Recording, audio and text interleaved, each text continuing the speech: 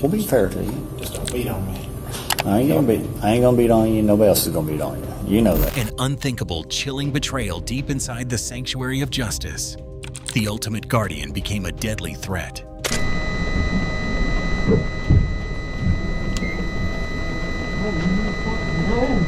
An autistic mind is shattered by the disproportionate, blind violence of police.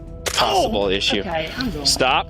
Stop. These chilling stories expose the abuse of power, sheer violence, and cold apathy within law enforcement. They turn our justice system into a tragic farce that crushes human lives ruthlessly.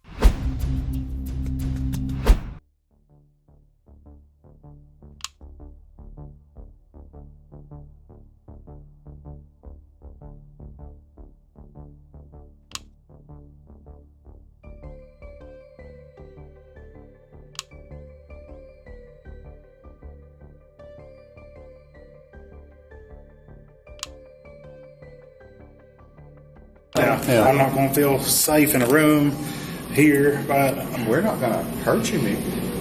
Listen, Why would just, we? just like Anthony, I've known you for 20 years, bub. We're not going to hurt you. yeah, That's why we have 2 body cams in. they're going to beat on me and kill me. What makes you think that? On the afternoon of September 19th, 2024, in Letcher County, Kentucky, inside an old wooden office filled with the scent of books and coffee, Chief Judge Mullins was meeting with a local pastor, Sheriff Mickey Steins, widely regarded as a symbol of law and order, and several well-known members of the community. The conversation revolved around everyday matters, the church, family, and a little local government business.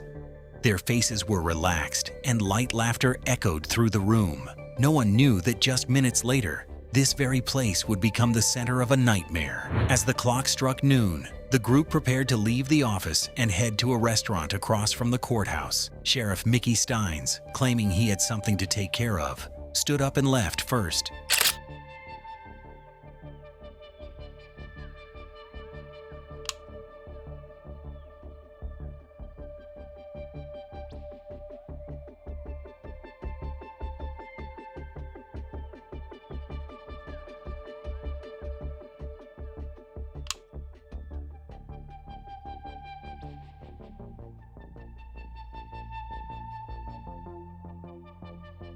Just minutes after leaving, Sheriff Mickey Steins returned and joined the group at the restaurant, where Judge Mullins and the others were having lunch. He blended into the table like an old friend, and the atmosphere remained natural and cheerful. The contents of their lunch conversation have never been disclosed. However, according to one witness, there was a moment when Judge Mullins leaned forward and quietly said to Mickey, "Would you like to come back to my office and talk privately for a moment?"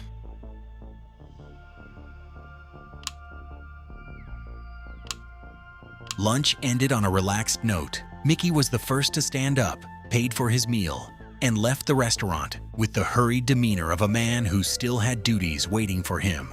He drove his patrol vehicle to take care of a brief matter before returning to the courthouse, a place where everything was about to change forever.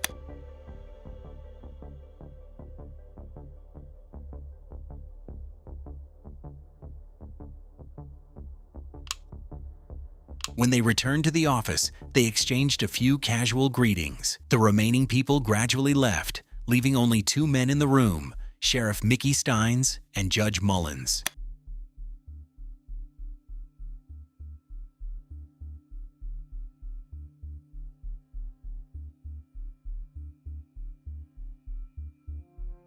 According to the recorded footage, the conversation between the 2 men initially appeared completely natural, nothing more than ordinary small talk.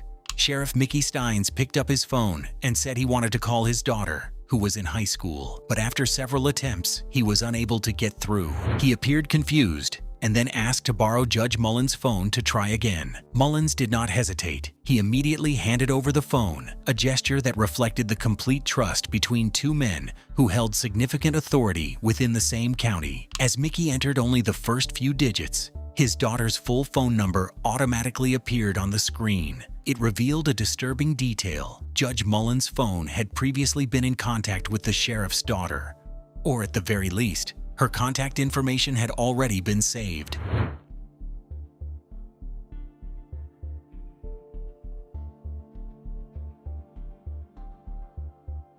No one knows what ignited inside Mickey's mind after that. He tried calling again, but still no one answered. The silence on the other end of the line seemed to be the final straw. Suddenly, he slammed the phone onto the desk, jumped to his feet, and pulled back his jacket. A handgun flashed beneath the lights.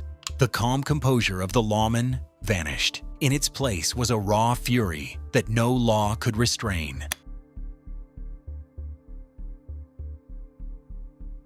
The moment he crossed the boundary of reason, Sheriff Mickey Steins drew the handgun from his side. His eyes turned cold as he approached Judge Mullen's desk. The judge looked up in surprise. Before he could react, Mickey sharply ordered him to sit down. Fear filled the room, and in that moment, every justification became meaningless. After several tense seconds, Mickey pulled the trigger.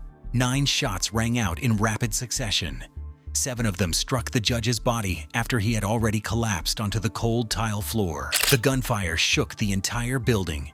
Employees rushed into the hallways in panic, some making phone calls, others crying, and only the echo of violence remained.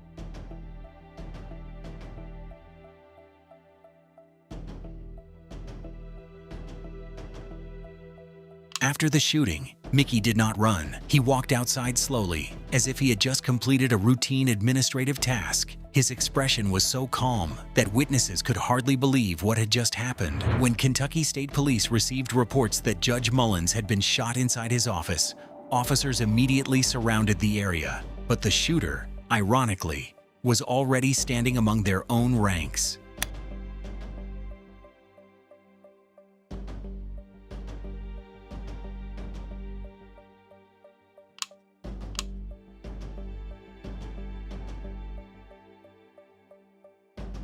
In surveillance footage, Mickey can be seen walking back and forth directly in front of the state troopers who had just arrived at the scene. No one suspected him. Because he was someone they trusted, professional familiarity became a curtain, hiding the truth. Then, as if pulled by an irresistible force of fate, Mickey turned around and walked back into the courthouse. In that moment, he closed the final door on his former life.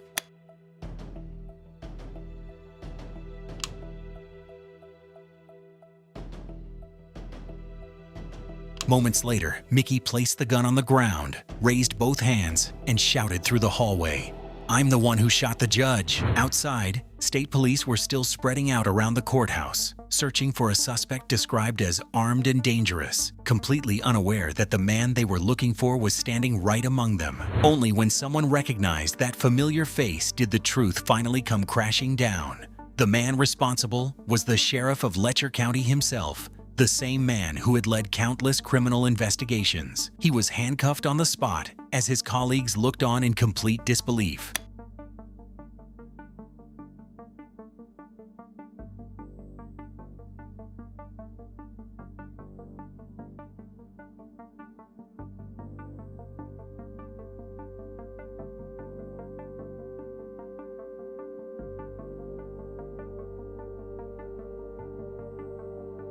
Let's take a closer look at that moment through body cam footage, the most impartial, yet loyal witness of the modern era. So, I believe you, Mickey. we're going to have to remove him from the hallway. We're going to finish a sweep, and we need to move him somewhere. Okay. Probably not to put you in Letcher County Jail. I mean, Why? just probably because, I don't know though. I don't know if that's I don't happening. mind to be down there. You don't mind to be down there? They'll put me in a Well, I mean, cell. we'll talk about that, you know. Because Mickey was not only the sheriff, but also the administrator of the county jail, state police were forced to make a special decision. He would not be held in the facility he once controlled to avoid the risk of retaliation. or information leaks. Instead, he was transferred to a state detention facility where every officer becomes equal, reduced to just another number in the inmate records. Do you understand the rights? What are you saying? Do you understand the rights? can't hear you. Okay, I'll speak up louder. Listen to me, okay?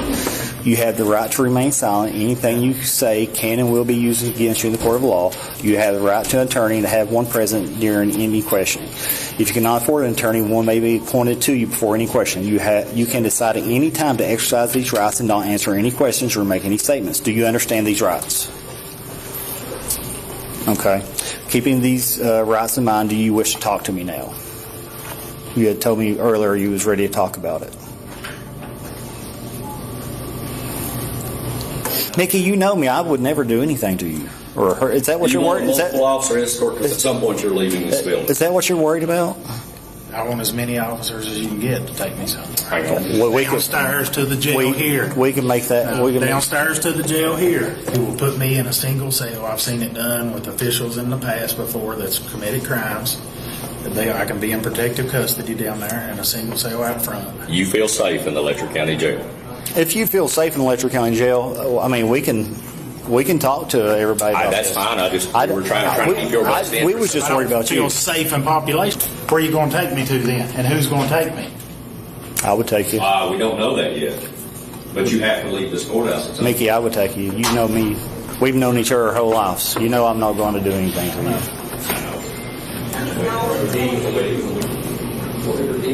What's going on? What happened?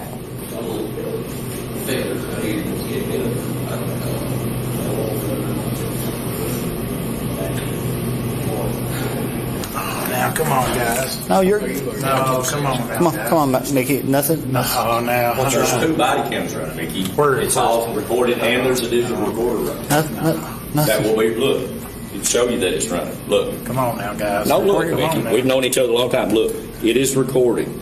During transport, Mickey appeared like a man who no longer trusted anyone. He constantly looked around, his eyes filled with anxiety and his hands visibly trembling. Mickey told the officers accompanying him that he feared he might be taken care of along the way and that his life could be threatened by people wearing the same uniform he once wore. Although state police repeatedly reassured him that everything was being recorded on body cameras, the fear in his eyes never seemed to fade. That one's recording. Clayton has a backup recorder running. Oh, now, come on, guys.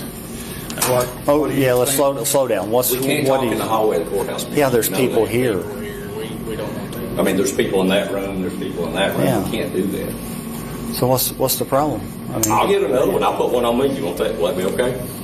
do you, But I can't be in the room. Guys, come on. Now. Mickey, Come on. Is listen. there somebody that you trust other than us that you would prefer to be with us?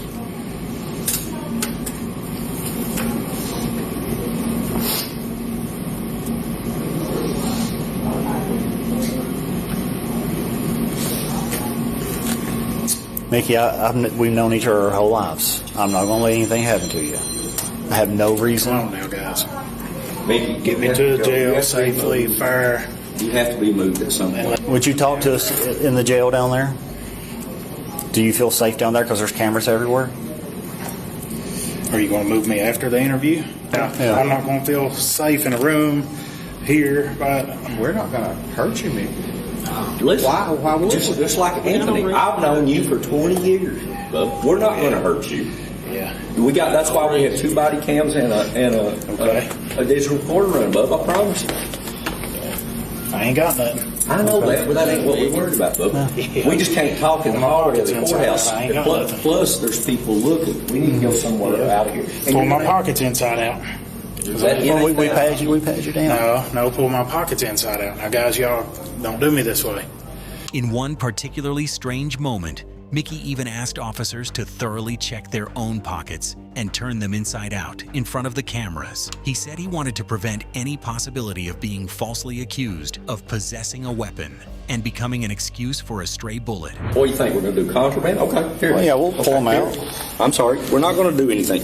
That's the least of our worries, bud. Did you get that out of the way? Yeah. Okay. So Mickey, if we went down to the jail where there's cameras, if us 3 walked down there, and we was in cameras there, would you talk to us then? I mean,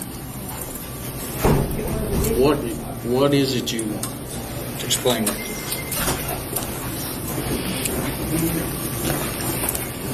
If we go down to the jail, I got my camera on, Clayton's got his camera on.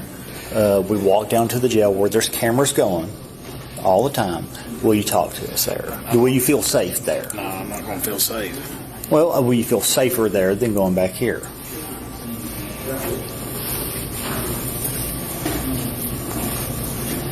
Well, what do you think we're going to do to you, Mickey? We just want to talk to you. Where would you like to talk at? You said you just want to talk a while ago. Where would you like to talk at?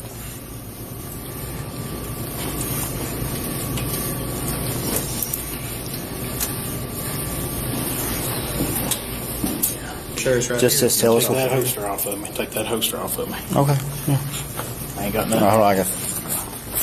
There's two things. Would you talk right here? If we pulled up some chairs, we'll just talk low. We're just trying not to let everybody hear stuff and see everything. I don't care if everybody hears. I just don't feel safe. Okay. Well, here you should feel safe. There's cameras here. There's people everywhere. People in there. So if we pull up some chairs right here, would you talk to us right here? And transport. Guys, now give me a fair trial. Come on, make sure I get somewhere safe and give me a fair trial. You will. But we got to know the information. What led to this? And you know that because there's a lot more to this story than what just happened. I'm sure. Oh, wow. So we want to hear. Well, have a seat right there, and we'll sit right here.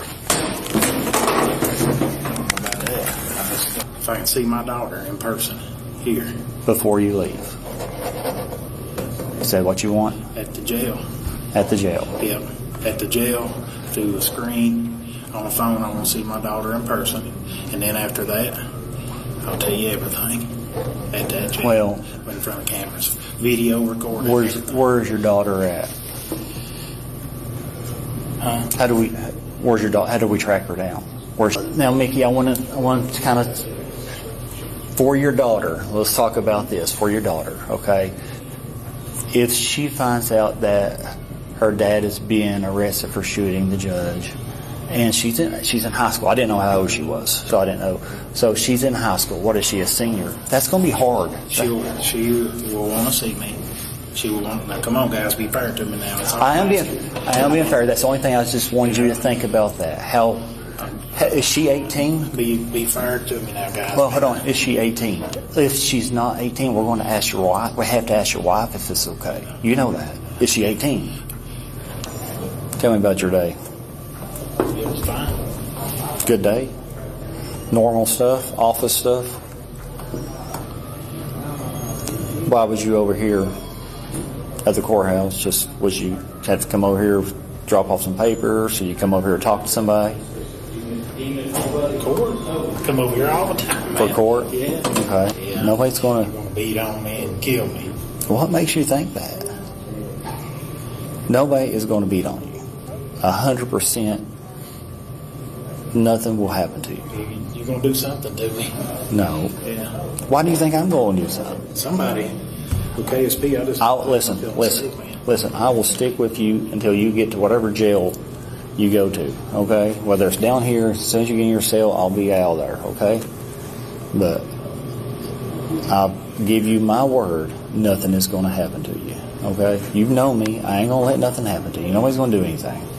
Sean Mickey Steins, once the head of law enforcement in Letcher County, Kentucky, and a man who knew every corner of the jail he oversaw, suddenly found himself on the other side of the justice system. He became a defendant in a case that shocked the entire region after being arrested in connection with the death of Judge Mullins. Several days after being taken into custody, people close to Mickey reported that he no longer seemed to recognize where he was, a condition that his defense attorneys described as evidence of mental impairment at the time of the offense. They have since requested that his sealed psychological evaluation be unsealed and made public. At the age of 44, Mickey was being held without bond on a charge of first-degree murder. He formally pleaded not guilty in November 2024, although the death penalty remains a possible outcome if prosecutors ultimately secure a conviction on the charge. Although no publicly available medical diagnosis has confirmed the existence of a mental disorder, Many colleagues and friends stated that his behavior changed noticeably in the days leading up to the shooting. They described increasing insomnia, paranoia, and anxiety, conditions that the defense argues were directly linked to the pressure of a civil lawsuit weighing heavily on him. That lawsuit alleged that Mickey failed to conduct an adequate investigation into misconduct by Deputy Ben Fields, who later entered a plea agreement with prosecutors and received a prison sentence. However, the civil case continued, and just 3 days before the judge was shot, Mickey appeared in court to testify. Witnesses said that in the period leading up to the incident, he frequently spoke about people who were trying to harm his wife and daughter, though he never identified exactly who they were. One day before the shooting, he visited a doctor seeking treatment for insomnia. Medical records noted that he appeared depressed, but denied having any suicidal or violent intentions. His attorneys, however, argued that he was experiencing acute stress.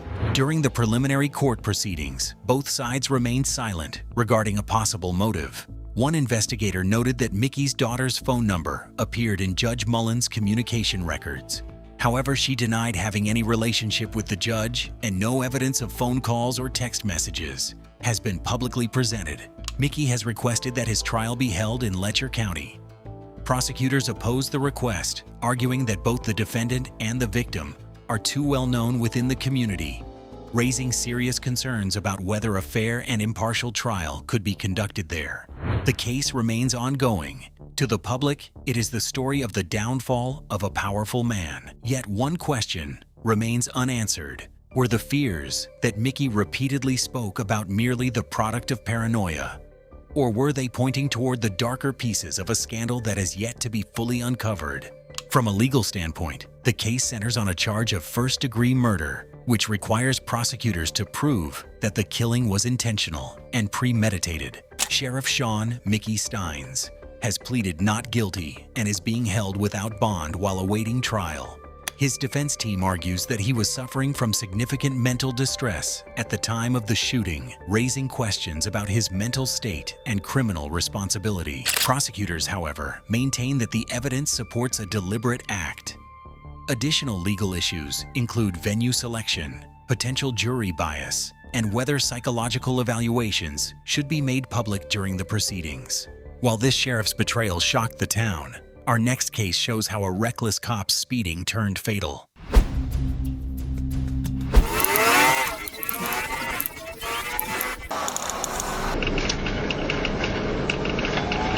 An international student was struck by a police vehicle traveling nearly 75 miles per hour, and her life was gone in an instant. But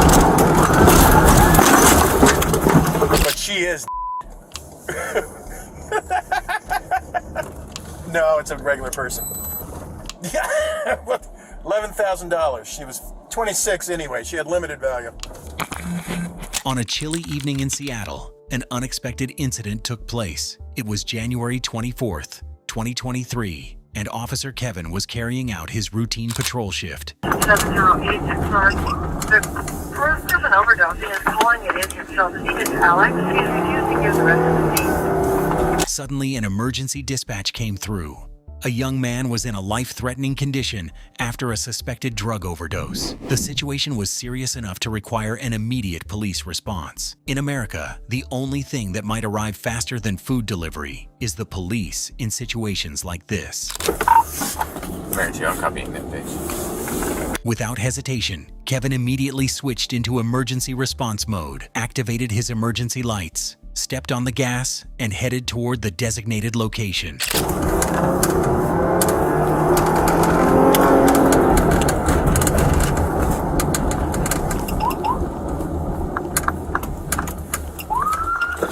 Notably, even though he was responding to an emergency, he did not keep his siren activated continuously as officers normally do.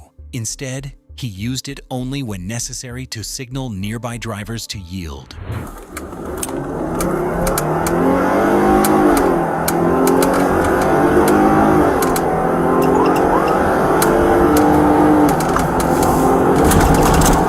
Just seconds after driving through a red light, Officer Kevin's patrol vehicle was speeding at approximately 74 miles per hour, while the posted speed limit on that road was only 25 miles per hour. The dashcam captured the entire incident.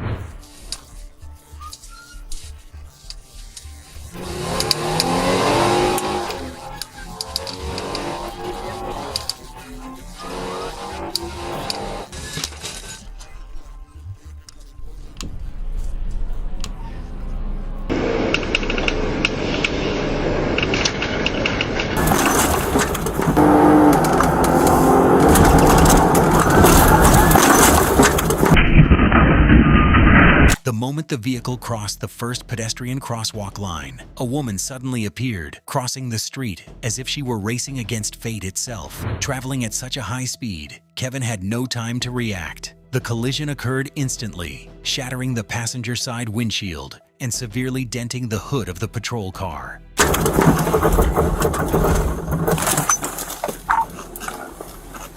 3 Mary 2, started supervisor, start fire for a struck pedestrian. Is it the same location, sir? Negative, I'm going to be on Aurora. Kevin immediately stopped the vehicle and rushed out to provide aid to the injured woman. Just minutes later, paramedics and fellow officers arrived at the scene. In the crosswalk, she saw me, she started running through the crosswalk. Slammed on my brakes. Instead of staying back where she should before crossing.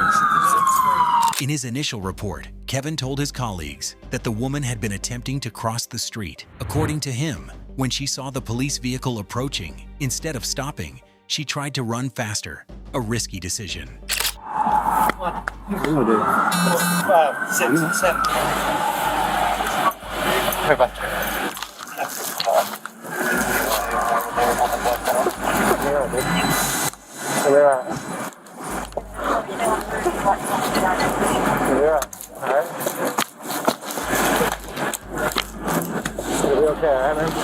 Despite the best efforts of emergency medical personnel at the scene, the young woman did not survive her injuries. The victim was 23-year-old Jasnavi Kandala. She was an international student from India, pursuing a graduate degree at Northeastern University, one of the most prestigious universities in the United States, frequently ranked among the top 10 nationwide and top 50 globally. The subsequent investigation found that at the moment of impact, the police vehicle was traveling at approximately 63 miles per hour, causing Kandala's body to be thrown nearly 138 feet, a heartbreaking distance. Immediately following the collision, internal investigators launched an inquiry to determine whether the officer involved had been under the influence of drugs or alcohol. The investigation was assigned to 53-year-old Detective Daniel, a veteran investigator who not only had extensive experience in forensic examinations, but also served as vice president of the Seattle Police Officers Guild.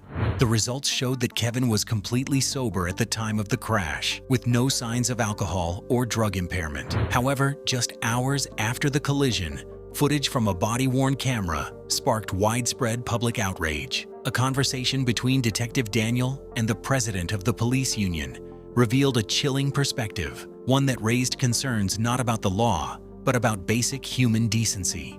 Oh, he's good. He says, well, normally we don't give voluntary statements. And I said, hey, you're going to have to decide if you wanted to give a statement or not, but it does not seem like there's a criminal investigation going on.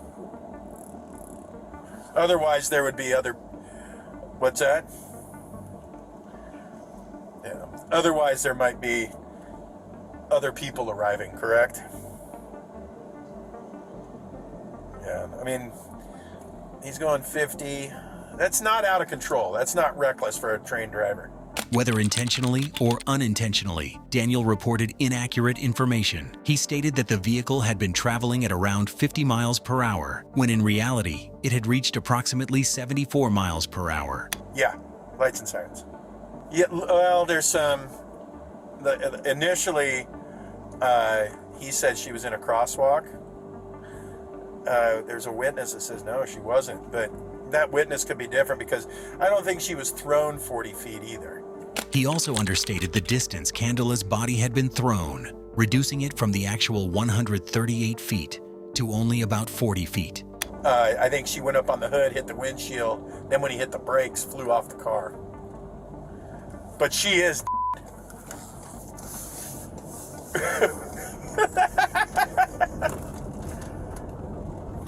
No, it's a regular person.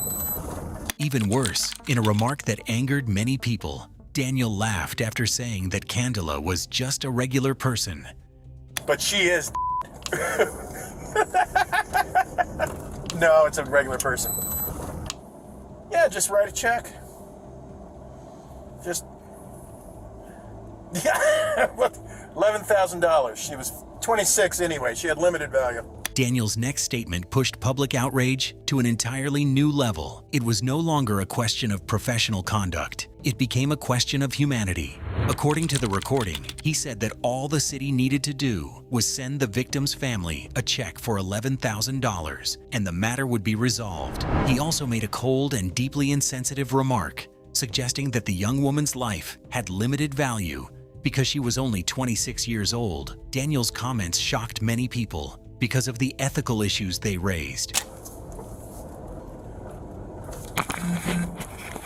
As the conversation continued to cross the line, Daniel suddenly remembered that the body camera attached to his uniform was still recording. In an instant, he hurried to stop the recording, but what he may have forgotten or chosen to ignore was that the data from the device could not simply erase itself. In August 2023, investigators from the police department's Internal Affairs Division discovered the forgotten recording, leading to a formal investigation into Daniel's conduct. Many people found it hard to believe that someone holding such a high-ranking position could appear so cold and lacking in compassion. At memorials and protests, many people emphasized that Candula was not just a regular person. She represented hard work, determination, and hope. Born into an ordinary family in India, with a mother who worked as an elementary school teacher, Candula came to the United States to pursue her dreams. The opportunity came at a heavy cost, leaving her mother burdened with significant debt. To her family, America was the land of opportunity until tragedy struck. Victim and her family that they're going to see and hear this video of them talking about their loved one like she's a piece of trash. What kind of person could laugh about somebody being hit and put a dollar amount on their life? Following Candela's death, public outrage grew rapidly throughout the community. Many people called on prosecutors to file criminal charges against Officer Kevin. However, after a lengthy and controversial investigation, prosecutors concluded that Kevin would not face charges for reckless driving or any more serious offense. The decision left many people feeling frustrated and disappointed. Instead of criminal charges, Kevin received only a $5,000 administrative penalty for what was classified as second-degree negligent driving. What made matters worse was that the payment deadline passed, yet the fine had still not been paid. As for Detective Daniel, his disciplinary hearing was repeatedly postponed, while the police department remained silent as if nothing had happened. Once footage from Daniel's body camera became public, it sparked heated debates not only within Asian American communities, but across society as a whole.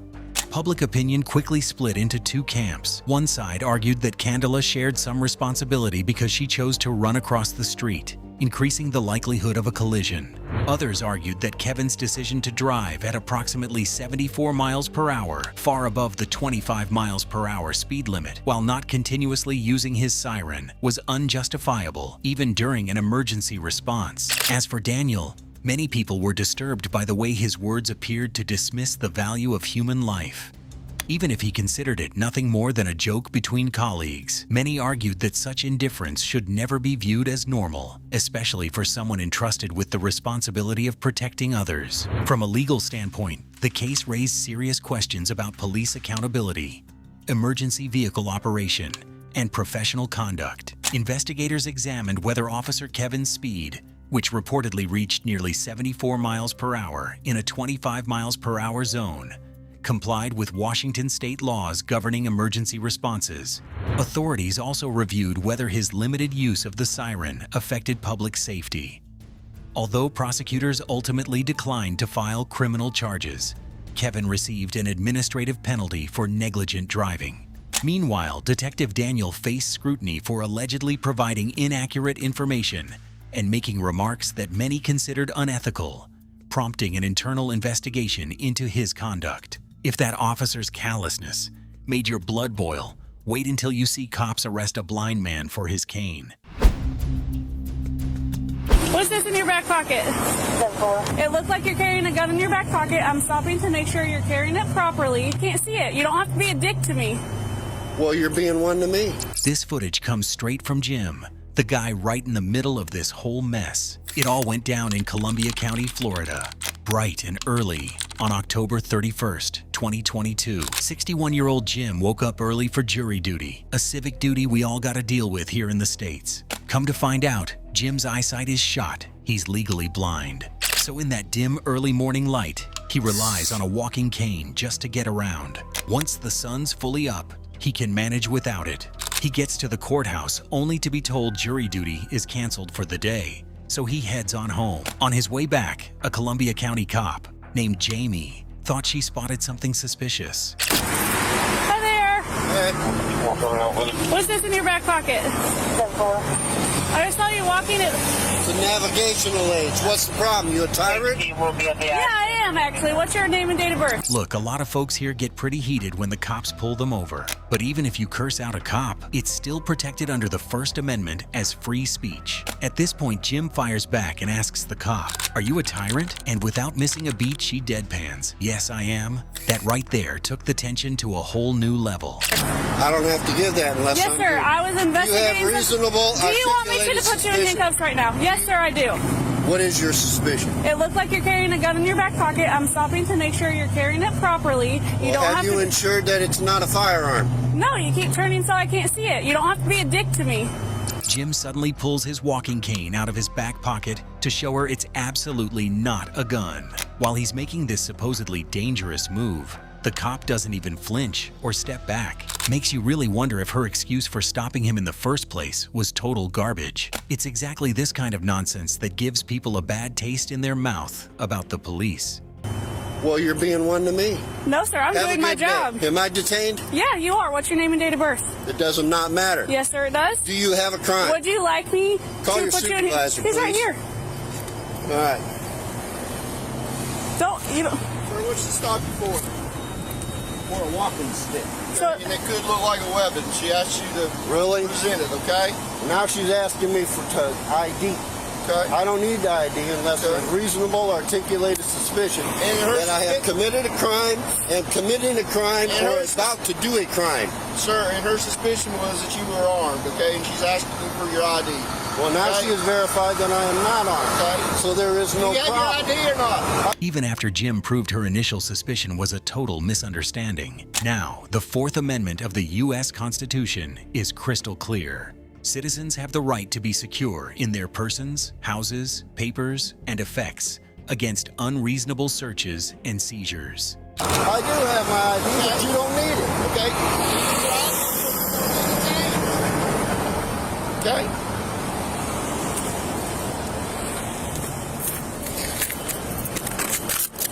Jim stood his ground and refused to show ID, but these two cops still decided to slap cuffs on a 61-year-old blind man. Sir, you deserve it.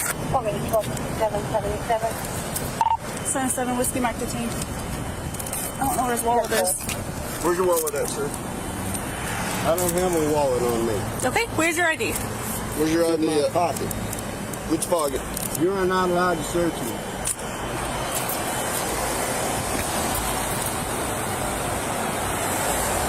In this pocket. They completely ignored his lawful refusal to be searched and started digging through his pockets for his ID anyway.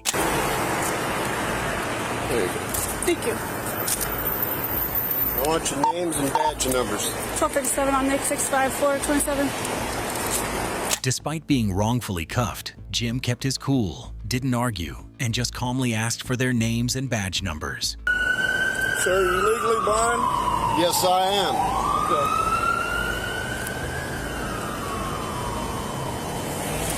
I had to walk up here in the dark for jury duty, which was canceled. Why aren't you using your stick? You don't have to use your stick all the time? Not all the time. 26. Green. All right, Mr. Hodges. Was that hard? It's gonna be. I want your name and your badge number. I put him in jail for resisting. Okay. Dispatch ran his info and confirmed his record was completely clean. But when Jim asked for their names and badge numbers a second time, the senior officer got an attitude and decided to haul Jim, who hadn't committed a single crime, off to jail. All right, let's go. I want your name and badge number too, sir. Have a seat. You wanna pick my property up, please? I sure will, after you have a seat. You wanna pull this out of my back pocket? Sure. Here, I'll grab your jacket for you, too.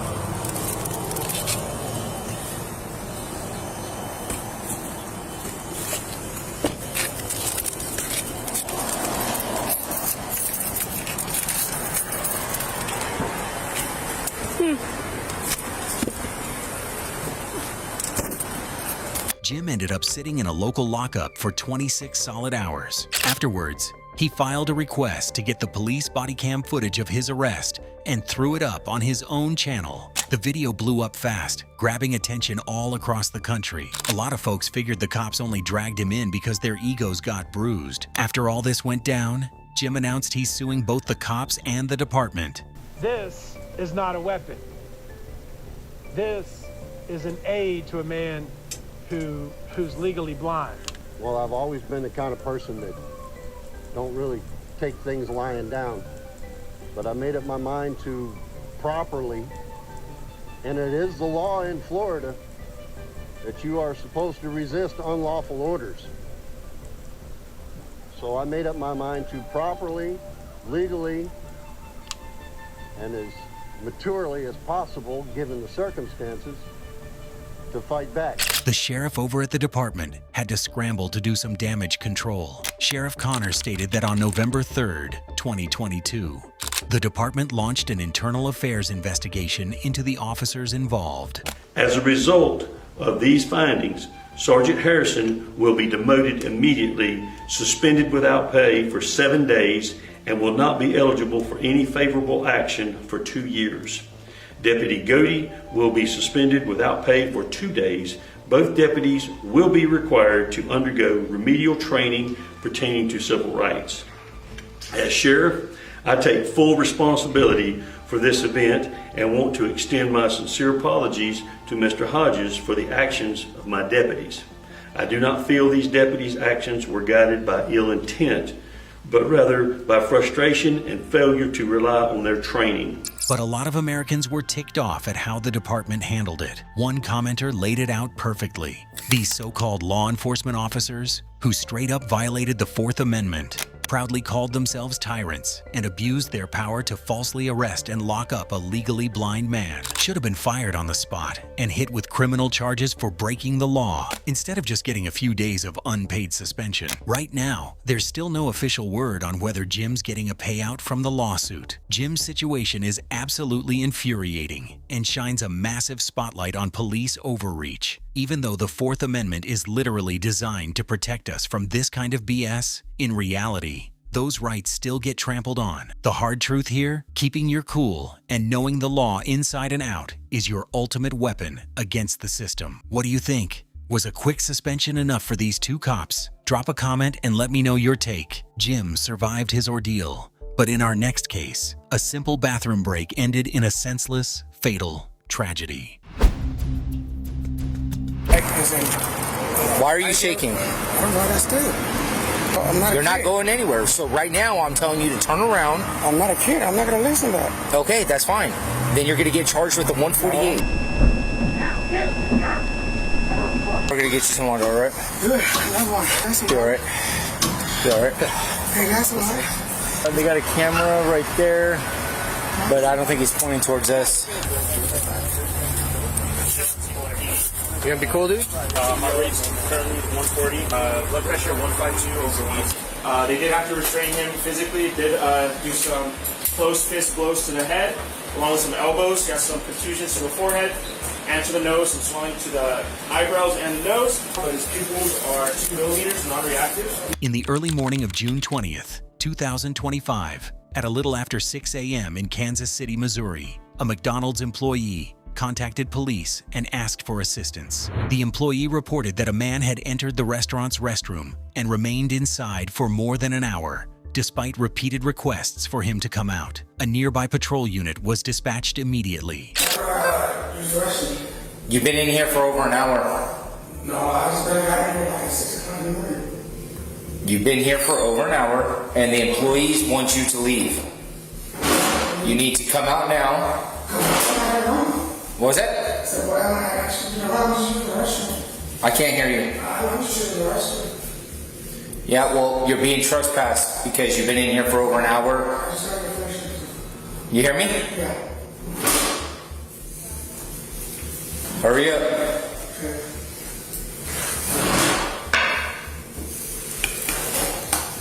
Hurry up.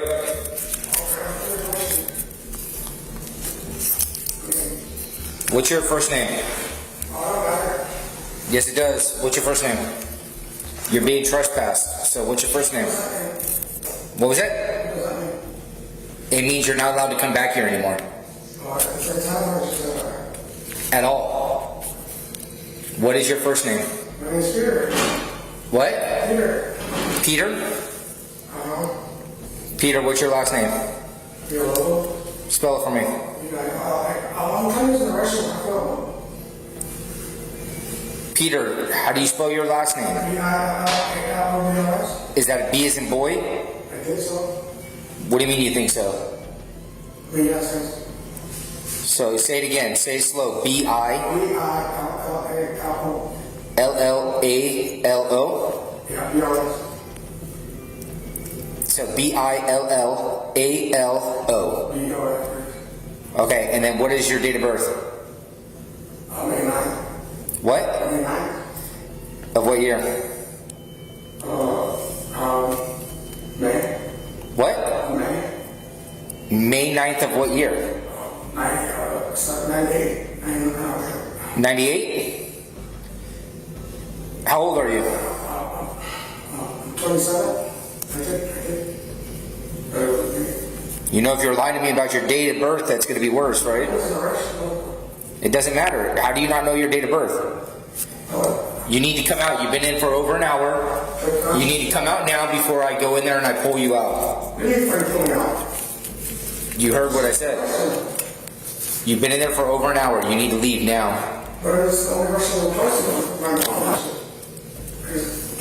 When officers arrived, the man still refused to leave the restroom stall. According to McDonald's staff, the restaurant had issued a trespass order against him, meaning that from that moment on, he was no longer permitted to be on the property. If he intentionally returned, he would be arrested immediately. Officers recorded the man's identity and date of birth while continuing to instruct him to leave the area.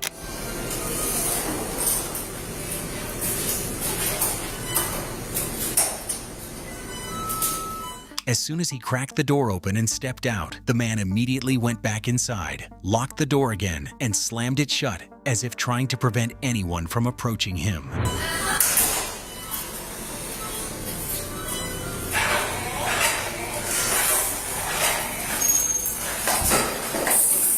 Why did you just lock that door? I just closed it. You locked it. I saw you. Wash your hands.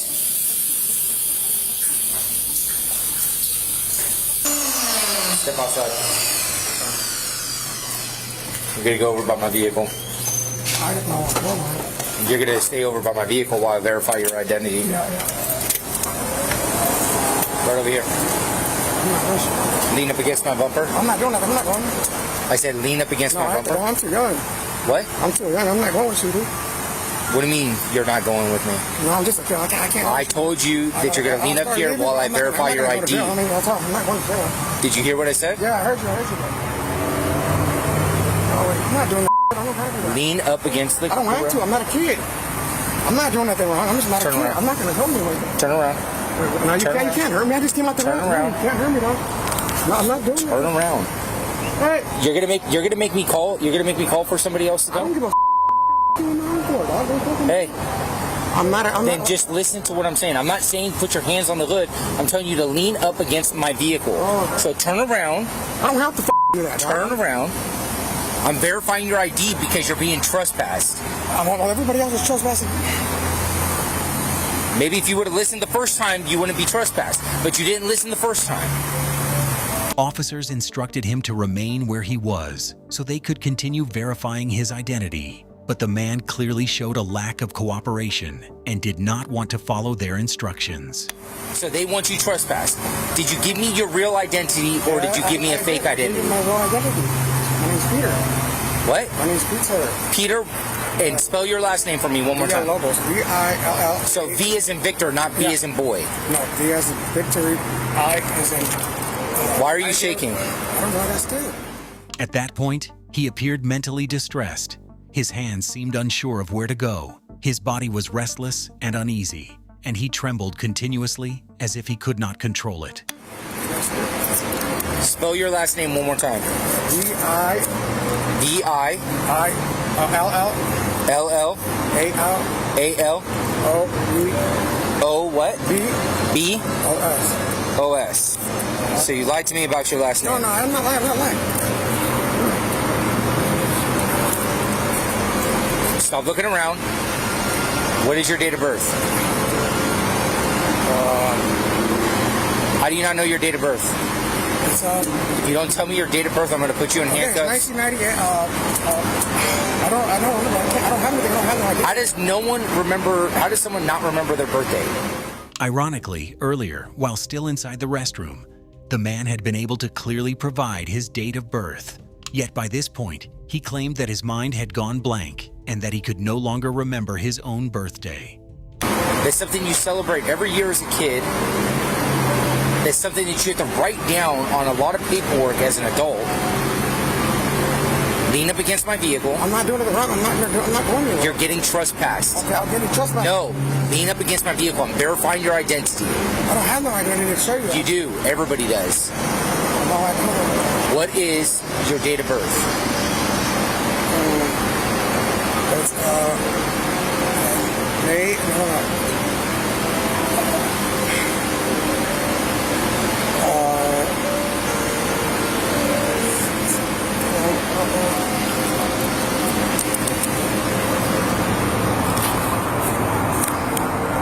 Peter, look at me. If you're trying to lie, you're going to go to jail. If you're lying to me, you're going to jail. I'm not lying. Well, it seems like you're lying. You're trying to tell me you don't know your birthday. You give me a fake last name the first time. What is your date of birth? Why are you lying? What is your date of birth? I can't say that. I don't remember. What is your date of birth? I don't have one. Okay. So what I want you to do is you're going to turn around and put your hands behind your back. I'm not going with you. I'm going to handcuff you until I verify your identity. Okay, I'll try to say, can I write it on paper? Can I get a part of the paper? He then asked officers if they could give him a piece of paper and a pen so he could write down his date of birth himself, but the request was immediately denied.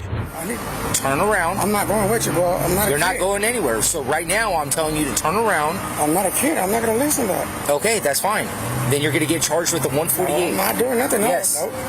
I'm not going to fuck with it. I'm not doing this. Turn around. I'm not doing this. Turn around. Turn around. I'm not going with it. Turn around. You hear me? I'm not going to. The situation eventually forced officers to pin him against the hood of a nearby vehicle in order to place him in handcuffs. Even then, the man continued to resist and refused to cooperate. You hear me? You hear me? Yes, I hear. The next thing I'm going to do is I'm going to ask for a partner to come over here and we're going to put you in handcuffs and we're going to put you in the backseat of my car and I'm going to take you to jail if you do not comply. Okay, I'm going to comply with you. Then put your hands behind your back right now. Do that. Until I verify your identity. Once I verify your identity, I will let you go. What do you mean my identity? What are you talking about? Who you are. So put your hand behind your back. No, I'm not doing that. Did you hear me? Put your hand behind your back. I'm not doing that, dog. I'm not doing that. I'm doing that, dog. 243, can I get a 1110 to my location? Stop. Hey, I'm not fucking, man. Homie, back up. I'm not going to fight you, dog. Then stop. You're too big. Then stop. You're not leaving right now. I have to verify who you are so I can trespass you. I don't give a fuck who you think I am. I'm not listening to you, dog. I'm not my focus. I just want to go home. I just want to go home, dude. Well, you're not going to go home if you don't listen. Shortly afterward, another officer arrived on scene to assist. Trying to ID this guy for a trespass. He was in there for over an hour, refusing to leave even when I was here, and now he's not complying. What do you mean it's not just a I'm not doing shit. What's your name, brother? What's your name? Don't fuck me, but you can't fuck with me. Is there anything I can say to you to get you compliant right now, sir? What do you mean compliant? See how you're resisting me? I haven't patted you down with the weapons. I don't know what you have. I have nothing here to try to take in my pocket and see what the fuck. Okay, then put your hand on your back so I can do that. This is how we do things. No, I'm good. I'm good. Are you going to comply or you're not going to comply? Okay, wait, I'm sorry. Well, are you going to comply or not? What do you mean comply? What does that even mean? Whether he was pretending or genuinely did not understand remains unclear, but the man appeared extremely confused by what the officers were saying. He asked what the word compliant meant, and earlier had also wanted to know the meaning of the word identity. I'm about to throw you on the ground. Okay, what am I doing wrong? Put your hand behind your back. You gotta let go of my arm. Put your hand behind your back. All right, bro. Okay, bro. After repeatedly giving commands that he continued to ignore, officers were forced to physically restrain him in order to handcuff him. During the struggle, one officer's body camera fell to the ground, while the patrol car camera continued recording the entire incident. When the man still refused to cooperate, the two officers took turns delivering punches in an effort to make him stop resisting. Footage from a nearby security camera shows that after the man was taken to the ground, the two officers immediately rushed in and attempted to hold him still so they could handcuff him. However, he continued refusing to place his hands behind his back, forcing the officers to take turns delivering multiple punches while he remained on the ground, resisting. It took nearly 2 minutes before they were finally able to fully restrain him. You hurt your engine, sir? Is that true? You hurt your engine, sir? You hurt? Yeah, what hurts? What? I'm too hurt. What hurts? My arms. Okay, what else? Chasing water. Get that from here. I need you to sit up right now. We got paramedics come check on you. Can I have a little water? Yeah, we're gonna get you some water, all right? In the footage, one officer can be seen staring down at his hand, apparently because the punch he had just thrown was powerful enough to hurt his own hand. You all right? You all right? Hey, that's all right. Yeah. The officer even checked his fist a second time. What's your last name? Come on. Villalobos? I got his, I don't got his date of birth. How good? Good? All right here. You good? Yeah. Yep. Anybody see it or not? I don't know. We have one guy walk up on us. I don't know where he went. And then a couple of guys driving through the drive-thru.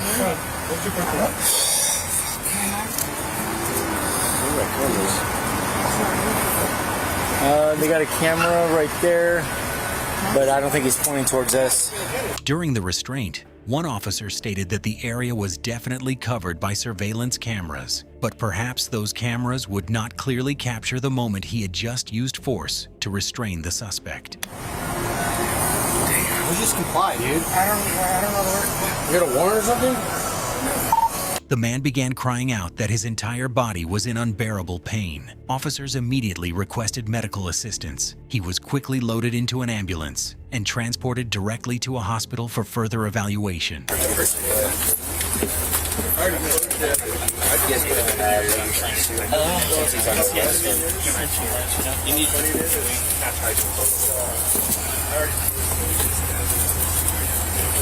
You can probably leave for now.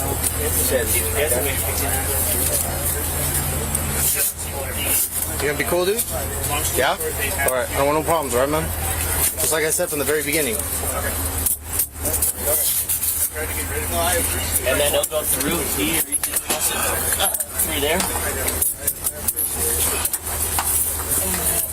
Contusions and some minor swelling forehead, on other sides of his face, like his nose, And that's pretty much it, but just some contusions to his forehead and his nose. I think his knees too. Yeah, his knees too. Right now, there's no way you're going to remember the events. There we go. In a second, all right?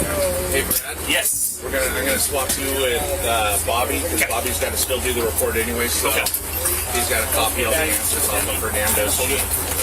Not complaining of any chest pain right now, just complaining of overall all body pain. Heart rate's currently 140, SpO2 100 on room air. Blood sugar was 213. He's denying any drugs or alcohol, but he's acting erratic. His look is changing to panic. So, no. Is he, OG sounds are good? Yeah, OG sounds are good. Blood pressure 152 over 104. He's going to that other look. There, medical personnel noticed that his appearance had changed noticeably and that he appeared visibly frightened. At the same time, his blood pressure and heart rate had risen to unusually high levels. Respiratory rate is going to be elevated at about 26. Do you have any chest pain right now? Yeah. What else hurts? Your back? What do you smoke meth or do you do coke or what? I don't know. You don't know? Keep your arm like this. He was immediately taken into the emergency room for urgent medical intervention.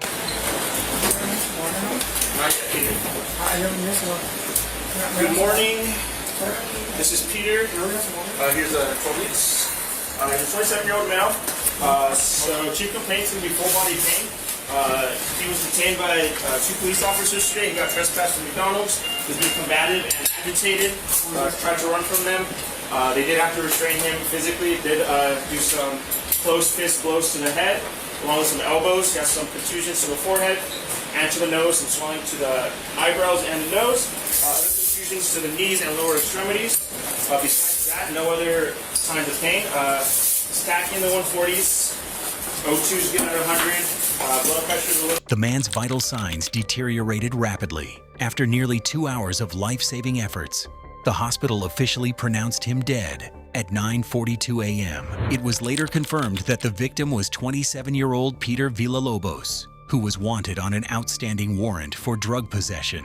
When the police body camera footage was released, outrage immediately erupted across social media. Many people wrote, Peter simply spent a little too long in a McDonald's restroom, yet he ended up losing his life that same day. It's absolutely heartbreaking. His behavior showed several signs commonly associated with autism: repetitive finger movements, avoiding direct eye contact, and difficulty understanding words such as compliant and identity. He kept asking, "What does that word mean?" The first officer appeared patient and followed procedure, while Peter was clearly panicked and confused. The 2 officers may have received professional training, but they seemed completely unprepared when it came to interacting with autistic individuals or other vulnerable people. Other comments emphasized, McDonald's only asked police to have him leave the property. Once Peter stepped outside and prepared to leave, he had already done exactly that, but officers stopped him to verify his identity. That had nothing to do with asking him to leave and only kept him there longer. He never went back into the restricted area. They could have simply let him go, and this tragedy might never have happened. Others were even more outraged. These 2 officers clearly used excessive force. He wasn't carrying a weapon, yet they punched him in the head and body repeatedly for several minutes. Hard enough that one officer even injured his own hand. They thought that once the body camera fell to the ground, nobody would see what happened. And one officer even remarked that the cameras nearby probably wouldn't capture it. What they didn't realize was that a distant surveillance camera recorded the entire incident. Those 2 officers should be prosecuted for murder.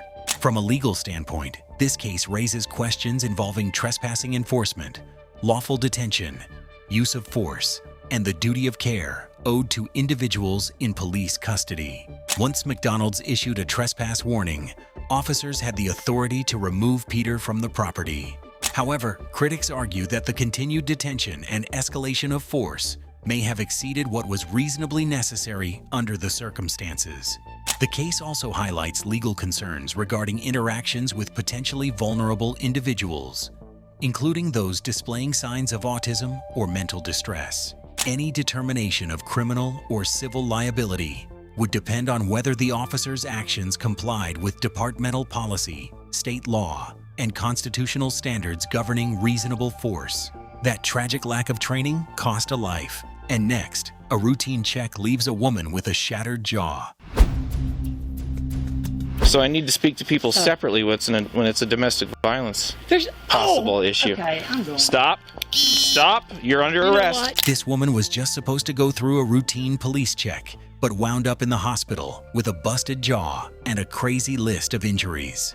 Okay, you're under arrest. No, I'm not. Put your hands behind your back. Put your hands Stop behind it. your back. You're Put your hands behind your back. Put wrong. your hand behind your back. He just hit me in the face. Put your Roll over. I didn't do nothing. I didn't do nothing. The whole thing went down in December 2020 out in Utah. Things got heated out of nowhere when local cops got a frantic 911 call from a worried landlord. He claimed his tenant was being seriously harassed, and the one causing all the ruckus was none other than the guy's ex-wife. She was right up against her ex's car, screaming her head off and blocking him from driving away, so the cops showed up in a flash. But get this, both of them totally denied everything, acting like nothing even happened. To get the real story, let's look at the body cam footage. Hi. How you doing? Oh, good. How are you doing? Good. We had a call about a disturbance here. There's no disturbance here. I'm not here. We're just talking. Okay. Well, it looks like you're. We haven't yelled or nothing. Looks like you're trying to talk to someone that doesn't want to talk. No, he had his window down. We've been talking. We had some house stuff to talk about and stuff, and we're just talking. He just keep him warm, I reckon. I don't know. I didn't ask him to get out. Well, his window was rolled up. That's weird. Well, you weren't here the whole time because his window wasn't rolled up. He rolled it up when he turned on his heater. But She's leaving and I'm going. We're not. There's no disturbance. Somebody lied to you. I would get them to false reporting because we hadn't had any disturbance. Okay. That I know of. So, are you doing okay? Oh, good. I'm good. Good. I'm just going in and she's leaving. So. Yeah, we were just talking about some stuff. Was there somebody else here? Because I'm confused now. I am too. We didn't hear anything. Nobody's Maybe yelling. she was yelling through my window or something. No, I was not yelling. Talking loud, excuse me. No, I was talking just like that. I wasn't talking loud. What's your name? Monty. No, we haven't talked. I talk like this. Are you guys ex? Yeah. Ex-wife? Okay. So we still have some. Who's the landlord? Jeremy. Any idea why he'd be calling? Maybe she was yelling through the No, window. but maybe I don't know. Monty, I was not yelling. And Well, I had the window closed. Maybe. No, I was talking. This is as loud as I talk, so you can call that loud. Maybe tell him. How far out are you? We were just talking, and he hadn't even. We don't have any issue. We were just talking about. Can I just talk to you inside later in just a sec? Sure. Excellent. Thanks. Sure. Okay. No, I was just leaving. We were just talking. That's all we were doing. We're not arguing. You're not mad. Okay. Nothing. Can you take your hands out of your pockets for me? Why? Well. You're cold. Can you just keep them out of your pockets, please? No, I don't have. You don't feel? I don't have Can you- anything in my pockets. Well, Why don't be Why silly. don't you settle down a little bit, okay? It's something I do for my safety. If somebody comes up and harassing you, you would get a little like, why are you harassing me? I didn't do nothing wrong. So Who's harassing you? It feels like harassment. I'm just So, asking you what's going on. I need you to stay here.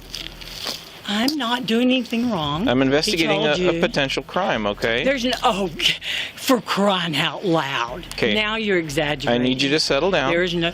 Based on the information You know what? I got, can talk, based on the and information you're I was not- given. You're not in power over Okay, anybody. I'm about to put you in handcuffs if no, you don't you're stop. not putting me in handcuffs. Yes, I am. No, you're not. So let me tell you I've what the done call nothing was. Wrong. I've done nothing. Let me tell you what the report I don't was. care what the report was. He just told you we weren't doing anything, and we are the two people involved. Nah, normal speed's fine. So we got a call that you were being disorderly out in front of the house. that's a lie.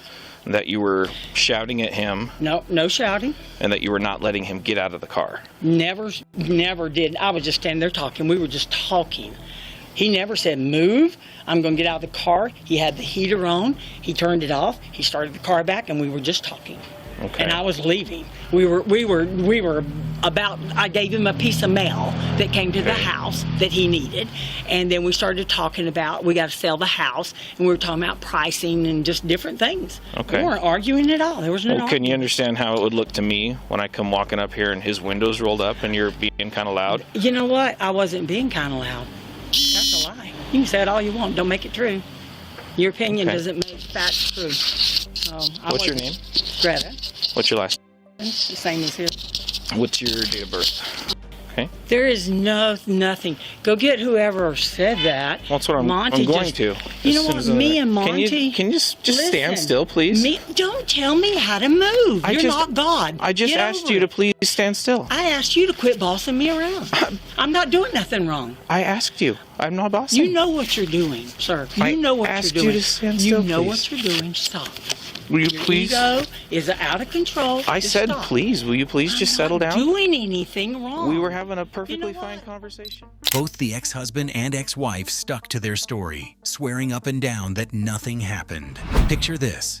The ex is sitting in his car. She's standing right outside, and what probably started as a few words quickly blew up into a massive screaming match. The landlord saw the whole thing unfold, and he was the one who actually called the cops for help. Yet, the second the officers arrived, the couple played dumb, trying to sweep the whole fight under the rug. Honestly, it could have ended right there since both said everything was fine. But the cops wouldn't drop it and kept pushing the woman to confess there was a problem. Which brings up an interesting question. Was the cop just being a busybody sticking his nose where it didn't belong? Or was he just doing his job by the book? Me and Monty, did he tell you there was no problem? Did I tell you no problem? Well, people. And we didn't see anybody. So I need to speak to people separately when it's a domestic violence possible issue. Okay, I'm going. Stop. You're under arrest. Okay, you're under arrest. No, I'm not. Put your hands behind your back. Put your hands behind your back. Put your hands behind your back. You are under arrest. I'm not doing nothing. Put your hands behind your back. Stop resisting. Ow, you hurt. Stop resisting. I'm not doing nothing. Stop resisting. I'm not doing nothing. Stop resisting. Just stop right now. Stop resisting. Okay, Put your hands behind your back. I am. Stop Put your right hands now. behind your back. Stop right now. Yes, Stop. expedite You're now. out. No, you're lying. Put your hands behind your back. No, Put your hands behind your back. I didn't do nothing, sir. Put your other hand behind your back. Stop. Please Put your don't make other this hand. something it's not. Put your hand behind I had shoulder your back. surgery. Will you stop? Put your other hand behind your back. I then. didn't do nothing. Put your other hand behind your back. Listen, stop. Just stop right now. Stop. Behind you. You are harassing me. Please stop. Put your hand behind your back. I'm not doing nothing. I don't have a weapon. Put your hand behind your back. I'm not doing nothing wrong. Put your hand behind Ow, your you back. hit my head. Please Put stop. your hand behind I'm your not back. doing nothing Put wrong. your hand behind your back. He just hit me in the face. Put your hand. I didn't do nothing. I didn't do nothing. I did nothing. He hit me in the face. Okay. He hit me in the face. Stop. He hit me in the face, please. Stop. All I did was walk off. That's all I did. Yeah. That's all I did. I didn't do nothing. Stop. We'll figure it I out. did not do nothing. Okay, we'll He hit me in the face like 3 times. We'll figure it You out. got a lawsuit. You got a lawsuit.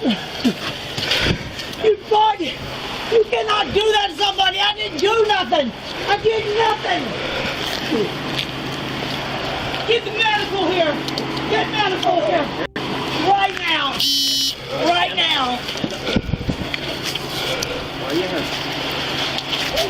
busted my jaw. He busted my jaw. I didn't even move my hand.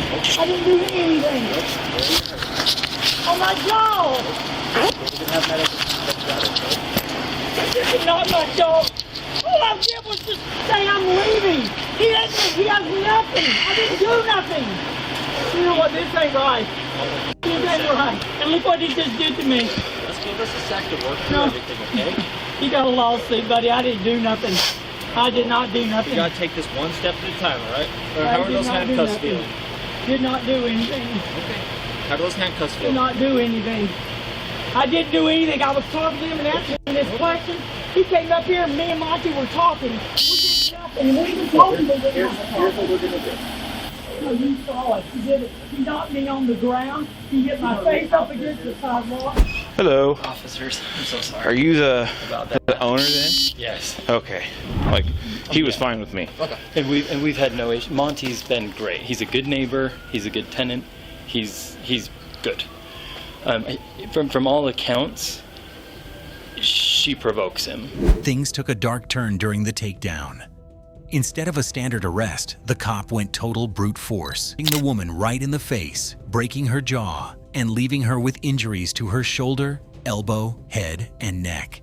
The victim, Greta Jensen, said she was slammed into the concrete driveway 3 times by John Joubert, an officer with the Bountiful Police Department. The crazy irony? Right after that, Greta was the one slapped with charges for resisting arrest and disorderly conduct. Just a month later, the DA dropped all the charges, but Greta wasn't about to just let an unprovoked beatdown slide. 4 months down the line, an internal affairs investigation concluded Joubert crossed the line, calling the punches to her face unnecessary and unreasonable. His punishment was a slap on the wrist, a written warning, and mandatory remedial defensive tactics training. Get this, Joubert had been on the force for 15 years with a clean record, and he actually pushed back against the findings, insisting his actions were reasonable and necessary. Fed up with the nonsense, Greta sued Joubert and the City of Bountiful in Utah's Federal District Court, alleging Fourth Amendment violations and demanding $1 million in damages. The case was handed over to a local judge, but almost 4 years later, there's still no final verdict. Word on the street is that if the court finally rules, Greta is looking at a massive payout.